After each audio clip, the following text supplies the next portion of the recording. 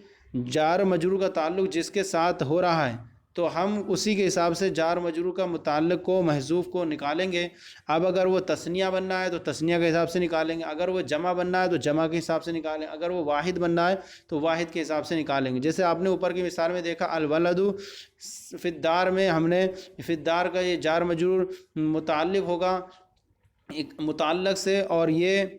پھر جو ہے واحد اس کا نکالیں گے کیونکہ مبتدا کے اعتبار سے نکالا جائے گا. مبتدا واحد ہے تو لہذا یہاں پر بھی ثبتا یا ثابت نکالیں گے. تو مبتدا کو بھی دیکھتے ہوئے جار مجرور کا متعلق نکالتے ہیں اور کبھی کبھی موصوف کو دیکھتے ہوئے بھی اس کا جار مجرور کا متعلق نکالتے ہیں. تو مبتدا کا بیان چل رہا ہے، اب پھر اس کا صفت کا بیان بھی کریں گے کہ کیسے اس کا متعلق نکالنا ہے. تو یہاں پر اگر ایسا نہ ہو تو اس لفظ کے مطابق فعل یا شبہ فعل محذوف مانیں گے جس کے ساتھ جار مجرور کا تعلق ہے. ہم پہلے سے اس سے پہلے کو دیکھ لیں گے، مبتدا ہے تو مبتدا کس حالت میں ہے، مبتدا یعنی تثنیہ ہے یا جمع ہے، تو اسی حساب سے ہم اس کا جار مجرور کا متعلق کو نکالیں گے. مثلا جار مجرور اگر خبر کی جگہ واقع اور مزید وضاحت کر رہے ہیں، جار مجرور اگر خبر کی جگہ واقع ہو تو فعل یا شبہ فعل مبتدا کے مطابق محذوف مانیں گے. مبتدا کو ہم دیکھیں گے مبتدا واحد ہے، تثنیہ ہے، جمع ہے، تو اسی حساب سے ہم اس کا متعلق کو محذوف مانیں گے. جیسے الرجل ثابت فی الدار، تو یہاں ثابت فی الدار یہ جو ہے ثابت نکالا، یہاں پر ہم نے فی الدار یہ متعلق ہوگا ایک ثابت سے، اور ثابت کیوں نکالا اسے واحد کیونکہ یہاں پر الرجل سے رجل یہ مبتدا ہے اور بیان کیا گیا کہ اگر جار مجرور اگر خبر کی جگہ میں واقع ہو تو مبتدا کے مطابق محذوف مانتے ہیں، اور مبتدا یہاں واحد ہے لہذا یہاں پر بھی ثابت کو واحد مانا جائے گا. الرجل ثابت فی الدار، مبتدا اگر مذکر ہو تو مذکر نکال، جیسے کہ الرجل مذکر ہے تو ثابت مذکر نکالا گیا. الامرأۃ ثابتۃ فی الدار، یہاں ثابتۃ اس لیے نکالا گیا کہ یہاں جار مجرور خبر کی جگہ میں ہے اور خبر کی جگہ میں ہو تو مبتدا کے مطابق نکالتے ہیں، اور مبتدا یہاں پر مبتدا مؤنث ہے اور واحد ہے لہذا اس حساب سے یہاں واحد کیا ہے جار مجرور کا متعلق محذوف اور مؤنث نکالا گیا. اور اگر صفت کی جگہ میں ہو جار مجرور، یہاں تو یہ ہوا جار مجرور اگر خبر کی جگہ میں ہو تو مبتدا کے حساب سے نکالیں گے، اور اگر جار مجرور صفت کی جگہ میں ہو تو فعل یا شبہ فعل موصوف کے مطابق محذوف مانیں گے. موصوف اگر تثنیہ جمع ہے تو اسے بھی تثنیہ جمع بنائیں گے، موصوف اگر واحد ہے تو اسے بھی واحد نکالیں گے. موصوف اگر حالت نصبی میں ہے تو اسے حالت نصبی بنائیں گے، موصول اگر حالت جری میں ہے تو اسے بھی ایسی نکالیں گے. اور اگر صفت کی جگہ میں ہو جار مجرور تو فعل یا شبہ فعل موصوف کے مطابق محذوف مانیں گے. جیسے رأیت ہلالا ثابتا فی السحائب، میں نے بادلوں میں چاند کو دیکھا. اب دیکھیے ہلالا یہ موصوف ہے، اب یہاں جو اس کا جو ہے متعلق اس کا جو ہے ثابتاً یہ نکالا یہاں پر، اور یہ صفت کی جگہ میں ہے تو یہاں پر ثابتاً کو نکالیں گے، اور چونکہ ہلال یا موصوف یہاں پر مفعول کی جگہ میں واقع ہوا ہے لہذا یہاں پر بھی اس کو بھی کیا منصوب نکالیں گے. تو فی الصحائب، اب یہاں پر ثابتاً فی الصحائب تو جار مجرور اگر صفت کی جگہ میں واقع ہو تو شبہ فعل یا شبہ فعل موصوف کے مطابق نکالیں گے. تو یہاں جار مجرور جو ہے یہاں صفت کی جگہ میں واقع ہے ثابتاً فی الصحائب، بعد یہ مل کر کے دوبارہ پھر یہ صحابن ہلالن کی صفت بنے گا. تو اس حساب سے یہاں پر موصوف کے حساب سے نکالا گیا. اسے موصوف چونکہ مذکر ہے اور منصوب ہے لہذا ثابتاً کو بھی منصوب اور مذکر یہاں پر نکالا گیا. اب یہاں ایک تمرین بیان کر رہے ہیں، تمرین آپ حل کرتے ہیں، اس کے بعد آپ کو سبق بھی اچھی طریقے سے سمجھ میں آ جائے گا۔ تمرین اس میں ایک ہی دی ہے، 3 تمرین نہیں ہیں جس طرح ہمارا طریقہ کار رہا ہے کہ ہم تیسری اور دوسری تمرین کو حل کرتے ہیں، لیکن اس میں ایک ہی تمرین ہے، اور اس تمرین کے اندر آپ کو صرف اتنا ہی پہچاننا ہے یہ ساری چیزیں کہ آپ جار مجرور کا متعلق کیسا نکالنا ہے، آپ کو یا آپ کو واحد نکالنا ہے تثنیہ، یا آپ کو کیسے نکالیں گے، موصوف کے مطابق نکالیں یا مبتدا کے حساب سے نکالیں، وہ مزید وضاحتیں اور اچھی طریقے سے اس سبق کو اگر سمجھ لیں گے اور تمرینیں آرام سے پھر حل ہو سکیں گی۔ اچھا ہم دیکھتے ہیں تمرین ہے درج ذیل جملوں میں جار مجرور کا متعلق پہچانیے۔ تو یہاں متعلق پہچاننے ہمیں کیا کرنا ہے، ہم ایک ٹیبل بنا لیں گے، اس پہلی میں ایک مثال رکھ لیں گے اور دوسری میں جو رکھ لیں گے ہم کہیں گے جار رکھیں گے، دوسرے میں مجرور رکھیں گے اور چوتھی میں متعلق کو رکھیں گے۔ تو آئیں آپ دیکھیں مثلا الرجلان فی الدار، گھر میں مرد ہیں، تو یہاں دیکھیں کہ یہ جار مجرور فی الدار یہ خبر کی جگہ میں واقع ہے، اور خبر کی جگہ میں جب جار مجرور واقع ہو اور اس کا متعلق عبارت میں موجود نہ ہو تو وہاں پر جو ہوتا ہے ظرف مستقر مانتے ہیں، تو یہاں ظرف مستقر ہے اور اس کا متعلق عبارتوں میں موجود نہیں ہے، اور خبر کی جگہ میں واقع ہو، جب خبر کی جگہ میں واقع ہو تو جار مجرور کا متعلق جو ہے مبتدا کے حساب سے نکالتے ہیں، اور مبتدا یہاں تثنیہ ہے رجلان، تو یہاں پر اس حساب سے اس کا جو ہے متعلق بھی تثنیہ نکالیں گے۔ اب مانا اب عبارت ہوگی الرجلان کائنان یا ثابتان، الرجلان کائنان ثابتان فی الدار، اب یہ ملا کر بعد میں اس کی خبر بن جائے گا، ثابتان اور فی الدار ملا کر متعلق اپنے متعلق سے مل کر کے خبر ہو جائے گا الرجلان کی، گھر میں 2 مرد ہیں۔ السخی قریب من اللہ، سخی اللہ سے قریب ہے، تو یہاں دیکھیے من حرف جر ہے اور اللہ یہ مجرور ہے، اور جار مجرور سے مل کر کے یہ متعلق ہے اپنے متعلق قریب ان سے، اور یہاں متعلق عبارت میں موجود ہے، اور جب متعلق عبارت میں موجود ہو تو وہاں پر ظرف لگ بنتا ہے، لہذا یہ قریب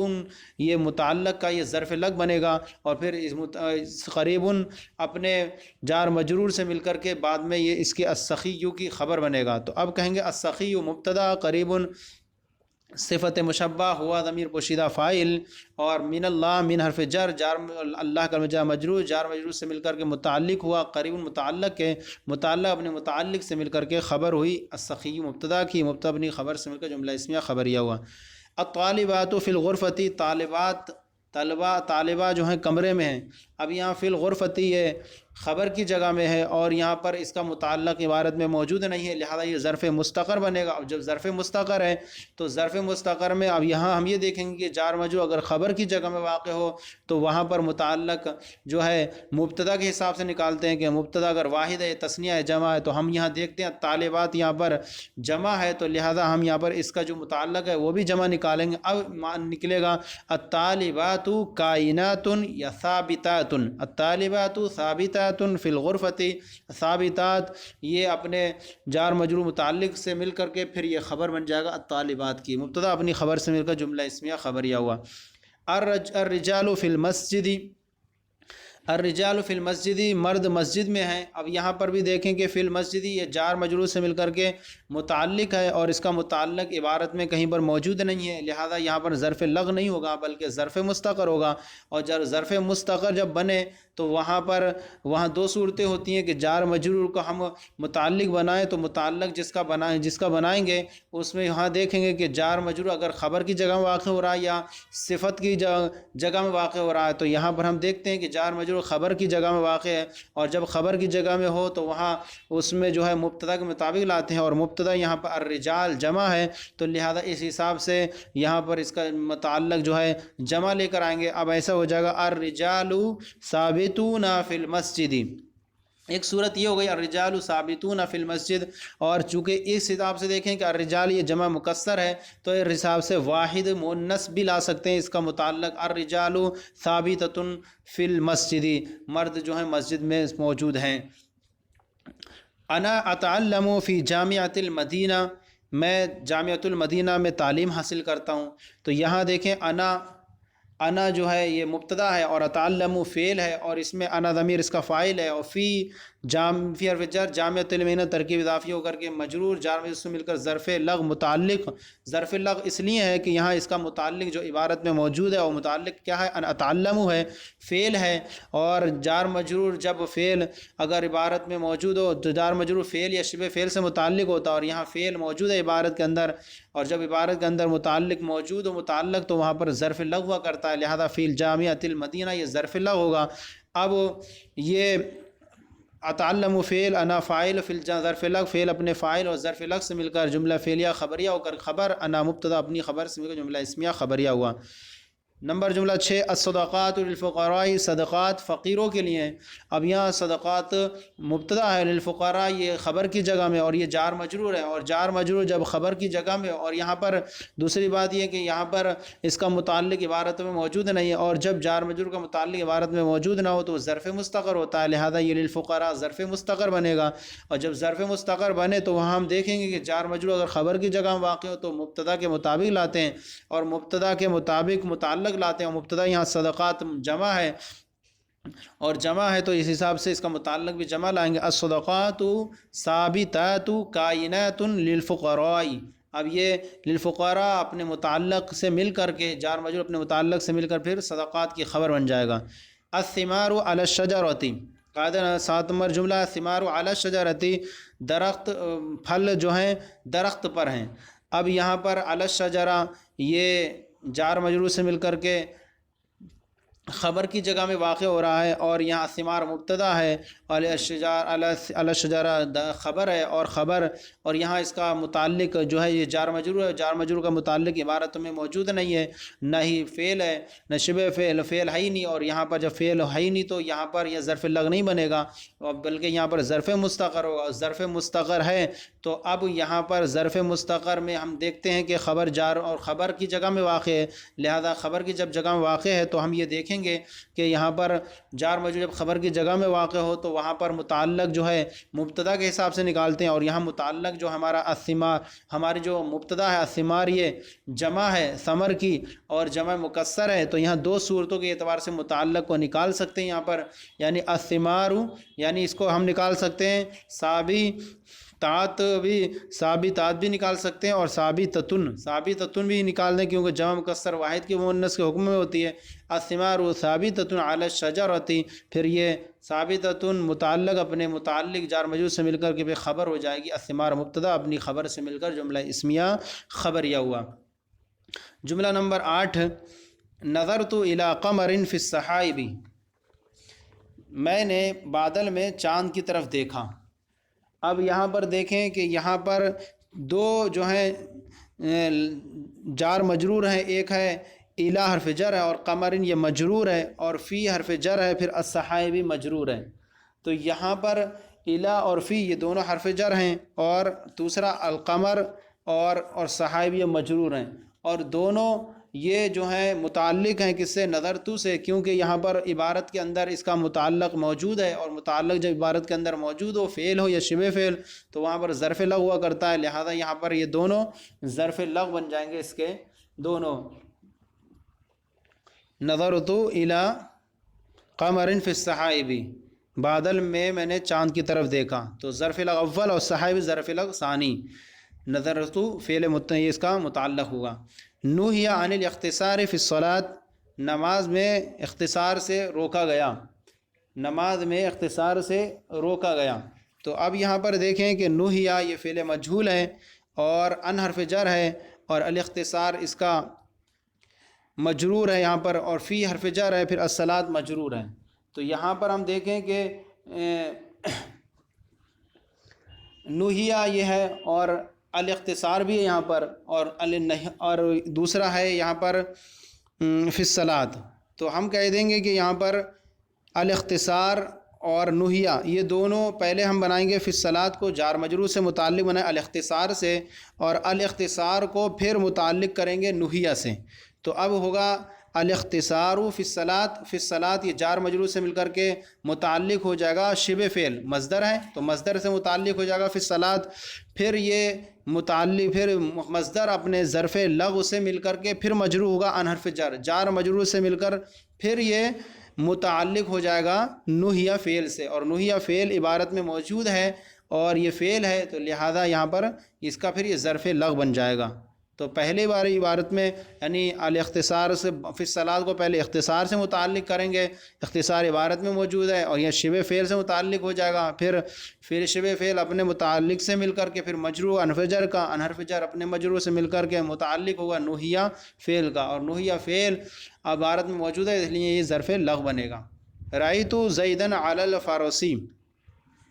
تو یہاں پر دیکھیں رأیت زیدن علی الفرسی کہا گیا تھا کہ جار مجرور اگر صفت کی جگہ میں واقع ہو تو فعل یا شبہ فعل موصوف کے مطابق محذوف مانیں گے، تو یہاں پر دیکھیں کہ علی الفرسی یہ جو ہے صفت کی جگہ میں واقع ہے اور یہاں پر اس کا زیدن یہ موصوف ہے، اور جب جیسا ہو موصوف اس کے حساب سے اس کو مقدر مانتے ہیں، متعلق کو صفت کو تو فعل کے محذوف کو متعلق مانتے ہیں، تو لہذا یہاں پر رأیت زیدن ثابتاً علی الفرسی، جیسے آپ پیچھے دیکھ رہے ہیں رأیت ہلالاً ثابتاً کہ یہاں پر علی الفرسی جار مجرور خبر کی جگہ میں ہے اور جار مجرور یہاں پر جو ہے صفت کی جگہ میں، اور جب صفت کی جگہ میں جار مجرور واقع ہو تو وہاں متعلق کو موصوف کے مطابق محذوف مانتے ہیں، اور موصوف یہاں ہمارا عبارت میں جو ہے زیدن یہ منصوب ہے لہذا واحد ہے تو اسی حساب سے ثابتاً واحد لائیں گے اور منصوب لائیں گے۔ اب عبارت ہوگی رأیت زیدن ثابتاً علی الفرسی، میں نے گھوڑے پر زید کو دیکھا، تو یہ اس طرح سے ہمارا پورا سبق ہو گیا اللہ کے فضل سے۔ سبق نمبر 11 مکمل ہوا۔ انشاءاللہ اب آگے آپ کے